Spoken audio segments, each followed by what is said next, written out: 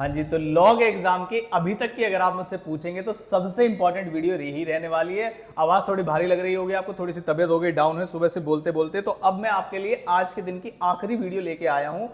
Point क्या है कि चाहे एआईआर की आप आंसर शीट निकाल के देख लीजिए या आप किसी की भी आंसर शीट निकाल के देख लीजिए, ग्रुप 1 के अंदर आपको जो सबसे कम मार्क्स दिखाई देंगे वो दिखाई देंगे लॉ के अंदर, और जो ग्रुप 2 के अंदर आपको सबसे कम मार्क्स जनरली दिखाई देते हैं वो दिखाई देते हैं ऑडिट के अंदर। तो मैं आपको आज लॉ के पेपर के लिए बताता हूं कि आपको किस तरीके से अपने मार्क्स जो है कटने से बचाने हैं, क्योंकि कई बार ठीक आंसर लिखते हुए भी आप अपने मार्क्स कटवा लेते हैं। उसके लिए मैंने अपने पास रखी है 2 आंसर शीट। एक बच्चे की जो आंसर शीट है उसके 70 में से आए हैं यहां पर 50 मार्क्स, और इसी बच्चे के जो मार्क्स थे एमसीक्यूज में वो थे 30। तो इसके टोटल जो मार्क्स थे, सॉरी 20 मार्क्स थे, जैसे कि यहां पर 30, और टोटल जो मार्क्स थे उनके वो 80 मार्क्स थे।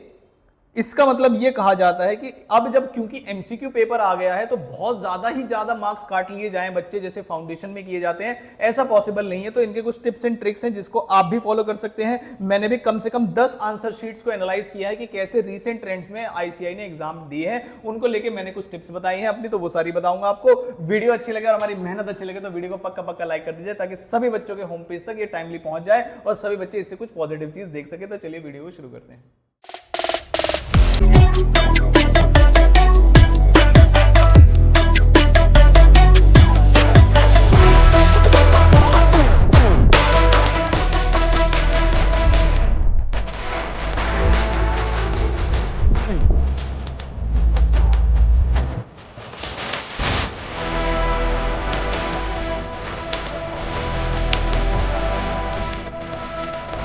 तो पहले मैं आपको दिखाता हूं कि AIR 1 की आंसर शीट, ठीक है, ये AIR सॉरी 1 की आंसर शीट होने थे, AI 16 की आंसर शीट दिखाता हूं मैं आपको। ये बच्चा है AIR 16 और उसके 70 में से आए हैं 55 मार्क्स, दैट मींस कि 15 मार्क्स ही कटे हैं। बाकी मुझे लगता है इसके बाकी एमसीक्यू में 30 मार्क्स आए हुए हैं, 25 मार्क्स आए हुए, वो मुझे मैंने ज्यादा श्योरिटी नहीं देखी है। लेकिन मैं आपको दिखाता हूं कि बच्चे प्रेजेंट कैसे करते हैं आंसर और हम इससे क्या सीख सकते हैं। तो सबसे पहली चीज, जैसे ही मैंने कॉपी खोली एकदम से मुझे पता चला कि जो भी बच्चे अपने राइटिंग को लेकर टेंशन में आ रहे, भाई साहब भूल जाइए, 70 में से सिर्फ 15 मार्क्स कटे हैं, आप देख लीजिए। और बच्चे की राइटिंग मैं ये नहीं कहूंगा कि बहुत खराब है, लेकिन मैं ये भी नहीं कह सकता कि बहुत ही ज्यादा अच्छी है, मैं फैन हो गया इस राइटिंग का। इसका मतलब ये है कि आपको अपनी बात सही तरीके से लिखना आना चाहिए। राइटिंग इज इररिलेवेंट, बस आपको थोड़ा सा गैप करके लिखना है और बहुत ज्यादा कटिंग वगैरह नहीं करनी है। पहली जो चीज हमने यहां से सीखी। फिर दूसरी चीज हमें क्या बतानी है, जो मैं साथ साथ बताता हुआ चलूंगा आपको। यहां पर आपको दिख रहा होगा मैंने टिप्स में लिखा है कि how to start the answer. तो अगर आपको सेक्शन 110% पता है कि इसका सेक्शन क्या होने वाला है, मुझसे वजह एक बच्चे ने भी पूछा था क्या सर सेक्शन में सबसेक्शन लिखना भी जरूरी होता है, तो अगर आपको सेक्शन पता है तो आप सेक्शन के साथ ही क्वेश्चन को स्टार्ट करें। दूसरी चीज, अगर सेक्शन नहीं पता तो क्या सेक्शन के साथ क्वेश्चन स्टार्ट करना जरूरी है? Answer is no. उसकी भी एक ट्रिक है कि आप बिना सेक्शन पता हुए भी एक बिल्कुल बढ़िया तरीके वाला, बिल्कुल डिसेंट आंसर, लॉ की लैंग्वेज वाला आंसर कैसे लिख सकते हैं। तो जैसे इस बच्चे ने पहला ही जो क्वेश्चन स्टार्ट किया था वो आंसर नंबर 3 के ए पार्ट से किया था। आई होप इतना आपको पता है कि बीच में आंसर्स लिखने चाहिए। और देखिए पहला क्वेश्चन जो बच्चे ने चुना उसका सेक्शन उसे नहीं पता था, लेकिन आपको एटलीस्ट एक्ट पता होगा कि कौन से वाले एक्ट से क्वेश्चन है। कंपनीज एक्ट से क्वेश्चन है, फेमा से क्वेश्चन है, एलएलपी से क्वेश्चन है, इंटरप्रिटेशन से, किसी से भी क्वेश्चन है आपका, तो आप यहां पर सबसे पहले लिखेंगे as per the provisions of companies act 2013। बात खत्म। इसका मतलब सेक्शन लिखना बिल्कुल भी जरूरी नहीं है, सब सेक्शन लिखना भी बिल्कुल भी जरूरी नहीं है। जैसे एक बच्चे ने मुझसे पूछा था अभी, क्या नाम है, व्हाट्सएप पे पूछा था वॉइस नोट के थ्रू कि सर 139 मुझे सेक्शन याद है ऑडिट एंड ऑडिटर्स का, लेकिन क्या मुझे उसके अंदर 139 सबसेक्शन 1 2 क्वालिफिकेशन 3 डिस्क्वालिफिकेशन या ऐसे कुछ, अगर मैं सबसेक्शन भूल जाऊं तो क्या सबसेक्शन लिखना जरूरी होता? Answer is no. आप सिर्फ और सिर्फ सेक्शन 139 भी लिख सकते हैं और आगे लिख सकते हैं रेलेवेंट सबसेक्शन, या कुछ मत लिखिए, एज पर सेक्शन 139 आप लिख सकते हैं और कोई भी परेशानी वाली बात नहीं है। और अगर आपको नहीं भी पता तो आप इस तरीके से अपने आंसर को फ्रेम कर सकते हैं as per the provision of companies act 2013। देखिए ये पहले उन्होंने आंसर लिखा, उसके बाद उन्होंने as per the provision of फिर से कंपनीज एक्ट 2013, मतलब इसका भी सेक्शन नहीं पता और कोई भी परेशानी वाली बात नहीं है। उसके बाद as per the provision of companies act, देखो यहां से इस तरीके से स्टार्ट किया है उन्होंने, as per the provision of negotiable instrument act, और देखो ईयर नहीं लिखा, लेकिन मैं आपको सजेस्ट करके बताता हूं कि आप ईयर जरूर याद करके जाइएगा कि जैसे आप तो आपके में नेगोशिएबल इंस्ट्रूमेंट नहीं है तो आप ईयर कैसे याद करेंगे? Companies act 2013, general clause act 1897, ये आप याद रखेंगे। दूसरा आप एलएलपी एक्ट 2008 याद रखेंगे। तो जितने आप, मतलब बहुत ज्यादा है ही नहीं तो आप बहुत जल्दी याद कर सकते हैं। और इस तरीके से अगर आपको सेक्शन नहीं पता तो आप अपने आंसर को स्टार्ट कर सकते हैं। बाकी इनकी आंसर शीट मैंने एनालाइज करनी है, बार बार मैं आपको दिखाने की जरूरत नहीं समझता। मैंने क्या कंक्लूजन निकाले शॉर्ट एंड क्रिस्प तरीके से बताता हूं। रिफ्रेन फ्रॉम कंक्लूजन कंक्लूजन का मतलब ये होता है कि क्वेश्चन ने पूछा क्या उनकी कंटेंशन वैलिड है, या क्या जो वो कंटेंशन कर रहे हैं वो अटेनेबल होगी, लॉ में नहीं होगी, आपको क्या लगता है, येस और नो।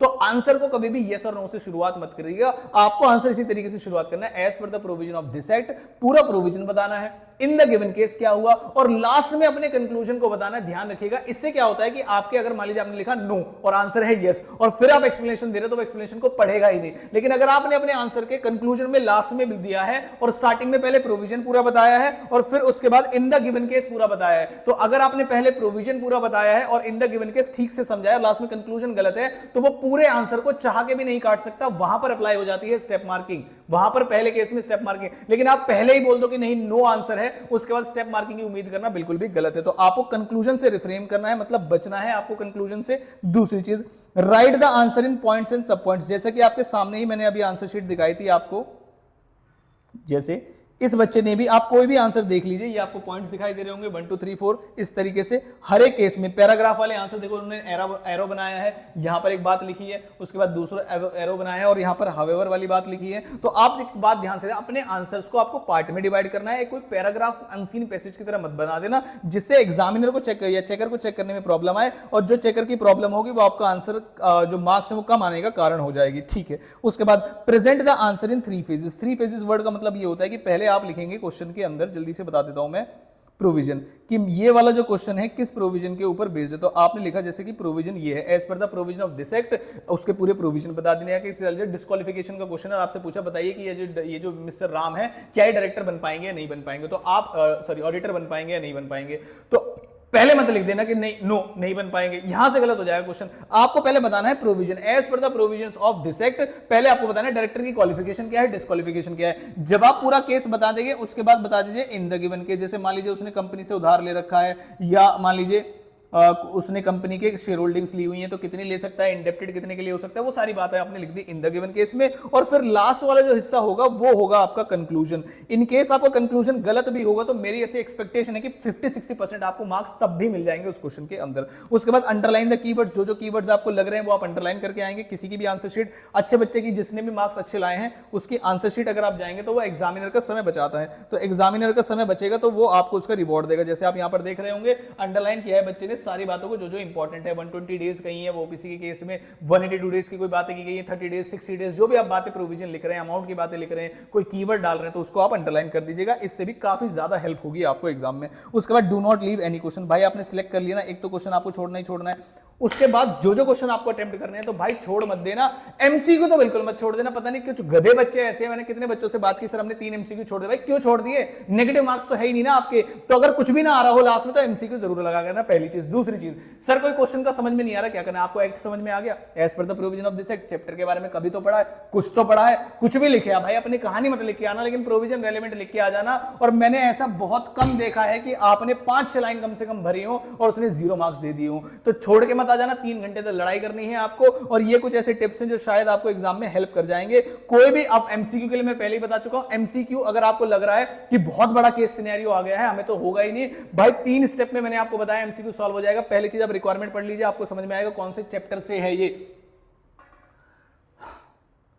दूसरी बात, कौन से चैप्टर से है ये समझ में आ गया आपको। उसके बाद ऑप्शंस पढ़िए, हो सकता है क्वेश्चन प्रोविजन का ही पूछ रहा हो, जैसे मैंने कई सारे एमसीक्यू देखे एलएलपी एक्ट में, उसने पूछ लिया कि बताइए रिटर्न कितने दिन में फाइल कर देनी चाहिए, फाइनेंशियल स्टेटमेंट कितने दिन में फाइल कर देनी चाहिए। फॉरेन कंपनी के अंदर उसने बताया, तो फॉरेन कंपनी और एलएलपी का दोनों का सेम है, अगर आप फाइनेंशियल स्टेटमेंट फाइल करना चाहते हैं तो end of the financial year के विदिन 6 मंथ्स। अब ऑप्शन में दिया था within 8 month, within 9 month, within 12 month, तो आपको तो पता है ना 6 मंथ, और डेट भी निकाल के दी हुई थी। फिर बताते कि आरओसी के अंदर अगर मान लीजिए कोई फॉरेन कंपनी है तो चेंजेस की चीजें कैसे लेके आनी है, तो 30 डेज के अंदर आरओसी को सारे चेंजेस बताने होते हैं, क्या नाम है, एलएलपी को बताने होते हैं आरओसी को। तो ये सारे पॉइंट्स में आपको इंफॉर्मेशन दी थी, 90 डेज, 35 डेज, 45 डेज, ये होते ही नहीं है कहीं पर भी, तो ये आपको पता होना चाहिए। फाइनेंशियल स्टेटमेंट्स फाइल करने को क्या एक्सटेंशन भी मिलती है, तो 3 महीने की एक्सटेंशन मिलती है। एनुअल रिटर्न फाइल करने के 60 दिन होते हैं। तो ये सारे प्रोविजन अगर आपको आते हैं, ऑप्शन में लिखे हो, तो आपको लिखने में क्या प्रॉब्लम होगी, आपको केस स्टडी पढ़ने की जरूरत ही नहीं पड़ेगी, ये मैं गारंटी मार के बोल रहा हूं। तो ऐसे क्वेश्चंस भी होते हैं, तो जस्ट बिकॉज एक केस सिनेरियो बहुत बड़ा है, मेरा बहुत टाइम वेस्ट हो जाएगा, उसके चक्कर में डिस्क्रिप्टिव आंसर लिख लेता हूं, ऐसा बिल्कुल भी नहीं है। बच्चे पहले एक बार रिक्वायरमेंट रिक्वायरमेंट पढ़ना, ऑप्शंस पढ़ना, तब आपको समझ में ना आए तो जाना, लेकिन ऐसे ऊपर से देख के मत छोड़ देना ब्लैंक, नहीं नहीं ये तो बहुत बड़ा है। तो ये कुछ ऐसे टिप्स है शायद जो आपको हेल्प करेंगे एग्जाम में, और ये वीडियो भी हो सकता है आपको हेल्पफुल लगी हो, तो वीडियो को लाइक जरूर कर देना पक्का पक्का, और कमेंट भी करना कि हाँ भाई आप हमारी जो एफर्ट्स हैं उनसे खुश हैं या सेटिस्फाइड है। आगे आने वाले टेक्स्ट पेपर ले हुए काफी सारी बहुत सारी चीजें मैं आपके लिए लाने वाला हूं। प्लीज प्लीज प्लीज चैनल पर बने रहिएगा, और जो नोटिफिकेशन वाला जो बेल आइकन है उसे दबा दीजिएगा, लाइक कमेंट वगैरह सब कर दो, सब्सक्राइब कर दो, सब कर दो। ये थी आज की लास्ट वीडियो। 3 घंटे की एग्जाम स्ट्रेटेजी वगैरह की अगर आपको कोई रिक्वायरमेंट पड़ रही हो कि कैसे करना है, तो वो भी आप कमेंट बॉक्स में बता सकते हैं, तो मैं मोबाइल लेके आऊंगा, लेकिन कल आपके लिए। तो मिलता हूं अगली किसी इंपॉर्टेंट वीडियो के साथ। एक अच्छी स्लीप लेना, प्रॉपर तरीके से पूरी रात पढ़ाई मत करना, जितना आपने पढ़ लिया उसमें से पेपर आने वाला है, 110% बात है, कल जाके देख लेना। माता रानी का नाम लेके पढ़ाई कीजिए अब, और कल देखते हैं आपका इंपॉर्टेंट पेपर कैसे आने वाला है। एनालिसिस भी लेके आऊंगा, और एमसीक्यू के सॉल्यूशन बोलोगे तो वो भी जल्दी से जल्द लेके आऊंगा। तो मिलता हूं अगली किसी इंपॉर्टेंट वीडियो के साथ। धन्यवाद।